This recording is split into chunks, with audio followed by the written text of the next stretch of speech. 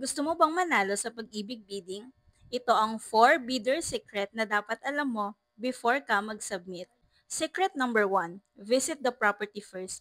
Diyan mo na malalaman kung ano yung actual location, yung ano yung actual condition, and kung worth it ba talagang i-bid siya. Secret number 2, research the fair market value of the property para naman hindi ka mag-overbid o kaya naman magkulang sa offer. Secret number 3, magbigay ng competitive na offer. Lalo na kung hot location yung property, mas maganda kung tataasan mo para mas malaki yung chance mo for winning. And tip number 4, huwag kakalimutan ng deadline. Kahit 1 minute late pa yan, disqualified ka na agad. Remember, isang mali lang, goodbye bid na agad. Gusto mo bang malaman kung paano mag-submit ng offer?